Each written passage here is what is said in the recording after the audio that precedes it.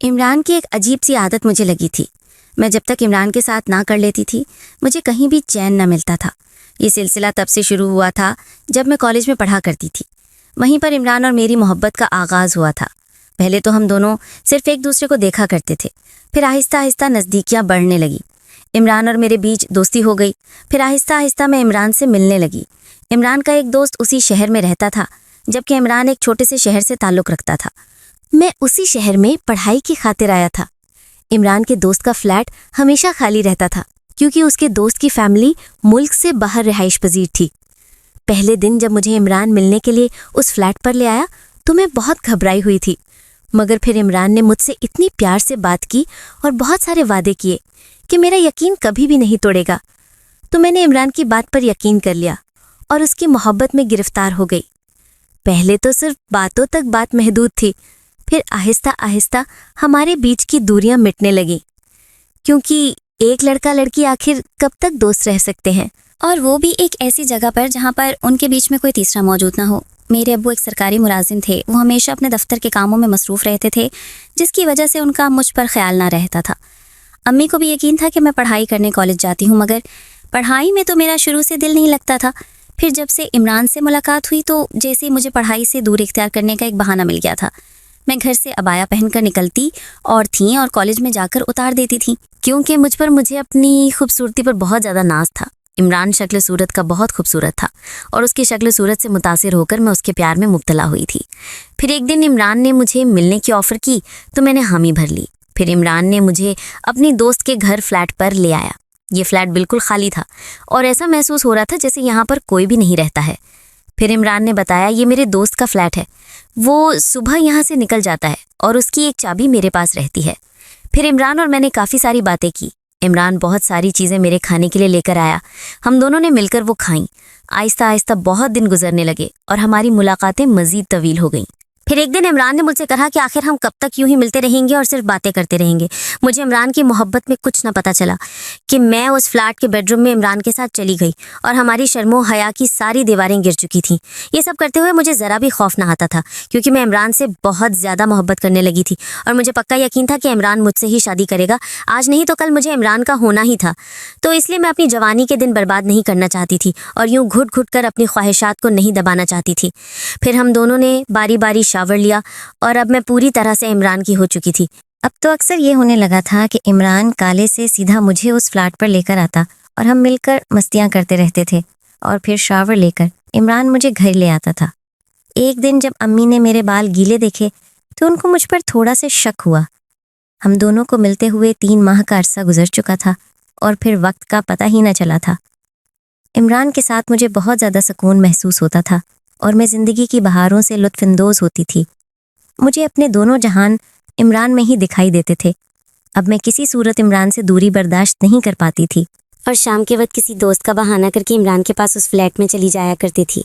आज जब अम्मी ने मेरे गीले बाल देखे तो उनको मुझ पर शक होने लगा। फिर अम्मी ने मुझसे कहा कि तुमने यह शावर कहाँ पर लिया है, तुम तो कॉलेज गई थी। फिर मैंने अम्मी से बहाना कर दिया कि रास्ते में बहुत ज़्यादा गर्मी थी, तो मैंने सर पर ये पानी की बोतल अंडेल दी और अपने सर को थोड़ा सा पानी लगा लिया, जिसकी वजह से गर्मी की शिद्दत कम हो गई थी।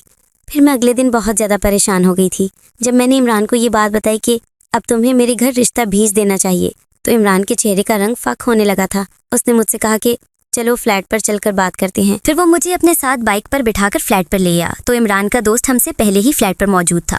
दोनों हम सोफे पर बैठ गए। इमरान के दोस्त के सामने बहुत मुझे अजीब महसूस हो रहा था। वो अजीब सी नज़रों से मुझे घूरे जा रहा था। मुझे उसकी नज़रों से कोफ्त होने लगी थी।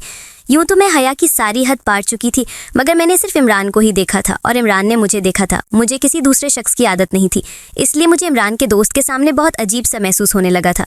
यूँ तो मैं एक इज़्ज़तदार घराने की लड़की थी। मैंने आज से पहले किसी भी लड़के के साथ ऐसे ताल्लुकात कायम नहीं किए थे, मगर इमरान के साथ पिछले 3 माह से जो कुछ मैं करती आ रही थी वो किसी शरीफ लड़की के काम नहीं थे। इमरान और मैं एक दूसरे को हर तरह से अपना लिया था और अब मैं इमरान के बगैर एक पल भी नहीं रह पा रही थी। इसीलिए मैंने इमरान से कह दिया था कि वो मुझसे निकाह कर ले, जिस पर इमरान थोड़ा सा हिचकिचाया था। पहले तो इमरान हर वक्त वो उससे शादी की बातें किया करता था, मगर आज हमारे ताल्लुक़ को 3 माह गुजर गए थे और हमने मियाँ बीवी के सारे ताल्लुकात बना रखे थे और मेरी अम्मी को भी मुझ पर शक होने लगा, तो मैंने इमरान से शादी की बात कर ली। इमरान मुझे फ्लैट पर ले आया और अभी हम चाय पी रहे थे कि इमरान के दोस्त ने इमरान से इशारों इशारों में कोई बात की। मैं चाय की सिप लेने लगी। इमरान ने पहले मेरी तरफ देखा और फिर इशारों में अपने दोस्त को कुछ कहा जो मेरी समझ से बिल्कुल भी ना आया था। न जाने क्यों मुझे आज थोड़ा सा खौफ महसूस होने लगा था। फिर कुछ ही देर बाद इमरान ने मुझसे कहा कि आज मेरा दोस्त यहाँ है, हम बेडरूम में नहीं चलते, मैं तुम्हें घर छोड़ देता हूँ। इमरान ने आज बगैर हाथ लगाए मुझे घर छोड़ दिया था, जबकि आज से पहले ऐसा कभी नहीं हुआ था। मुझे अजीब सी बेचैनी ने आन घेर लिया था। मुझे इमरान की बहुत सारी याद सता रही थी। फिर मैंने इमरान को कॉल की। घर में अपनी सहेली का बहाना करके तुमसे मिलने आ रही हूँ, मुझे शिद्दत से तुम्हारी याद सता रही है। इमरान ने आज पहली बार मुझे इतना रूडली जवाब दिया था कि जब मैं इमरान की उस फ्लैट पर पहुंची, उसका दोस्त उसके साथ मौजूद था। वो दोनों एक अजीब सी हालत में थे और सिर्फ शॉर्ट्स पहने हुए थे। वो एक मूवी देख रहे थे। इमरान ने मुझे भी वहीं पर बैठने का इशारा किया। इमरान के दोस्त के साथ वो मूवी देखते हुए मुझे हिचकिचाहट महसूस हो रही थी, तो इमरान ने मुझे तसल्ली दी कि उसे शर्माने की ज़रूरत नहीं, तुम उसे भी अपना दोस्त ही समझो। इमरान की इस बात पर मुझे थोड़ी सी हैरत हुई। फिर मैं वहीं पर बैठ गई। कुछ देर के बाद इमरान कमरे में चला गया और मुझे इशारा किया कि मेरे साथ आओ। मैं इमरान के साथ चली गई। इमरान ने अंदर से कुंडी लगाई और डेली रूटीन के मुताबिक इमरान और मैं एक दूसरे से सुकून हासिल किया। जब इमरान का जी भर गया तो वो उठ के खड़ा हुआ। मुझ में उठने की हिम्मत नहीं थी, पर कुछ देर बाद दरवाज़ा दोबारा खोला तो मैं डर गई जब इमरान का दोस्त उसी कमरे में दाखिल हुआ, मगर मैं अभी इस हालत में नहीं थी कि उठकर अपने कपड़े वगैरह ले लेती थी। अचानक से वो बेड पर लगा और मेरे साथ वो सब कुछ करने लगा जो अभी अभी इमरान मेरे साथ करके गया था। मैं चीखने चिल्लाने लगी, इमरान को बुलाने लगी, मगर इमरान वापस ना आया। उसका दोस्त बड़ी सख्ती के साथ मेरे साथ वो सब कुछ करने लगा जो अभी इमरान मेरे साथ करके गया था।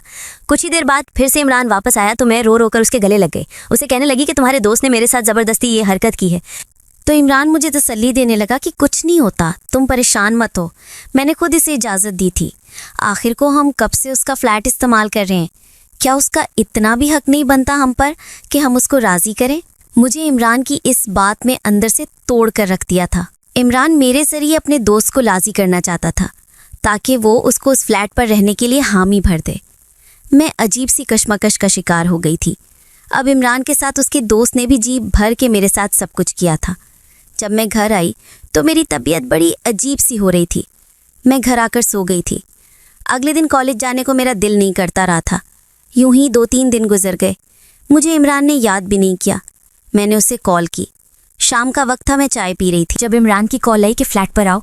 मैं ना चाहते हुए भी उसकी मोहब्बत के हाथों मजबूर होकर फ्लैट पर चली गई। अब इमरान जी भर के मुझे हासिल किया। जब उसका दिल भर गया तो उसका दोस्त भी उसी कमरे में आ गया और उसने भी मेरे साथ वही सब कुछ करना शुरू कर दिया। इमरान ने मुझे समझा दिया था कि अगर हम इसे मना करेंगे तो ये हमें फ्लैट पर रहने और मिलने नहीं देगा, इसलिए तुम्हें उसके साथ यही सब कुछ करना होगा। फिर रोजाना ही ऐसा होने लगा कि वो दोनों बारी बारी मेरे साथ भूख मिटाते रहे और मैं इनकी भूख मिटाती रही। अब मुझे इस चीज़ की आदत सी हो गई थी। अगर इमरान अकेला होता तो मुझे इसके साथ बिल्कुल मज़ा ना आता और मैं इन दोनों लड़कों की आदी बन चुकी थी।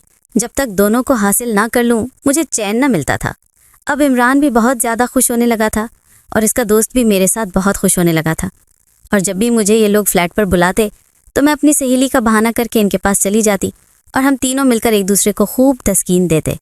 जब भी इमरान थक जाता तो उसका दोस्त आदिल मेरे पास आ जाता और जब तक आदिल था तो इमरान मेरे पास होता और ये सिलसिला आज तक इसी तरह से चल रहा है। क्या दोस्तों, आप भी किसी ऐसी कहानी के बारे में जानते हैं तो ये कहानी मेरे साथ ज़रूर शेयर कीजिएगा। मुझे अभी इजाज़त दें, नई वीडियो में फिर मिलेंगे। तब तक के लिए अल्लाह हाफिज़।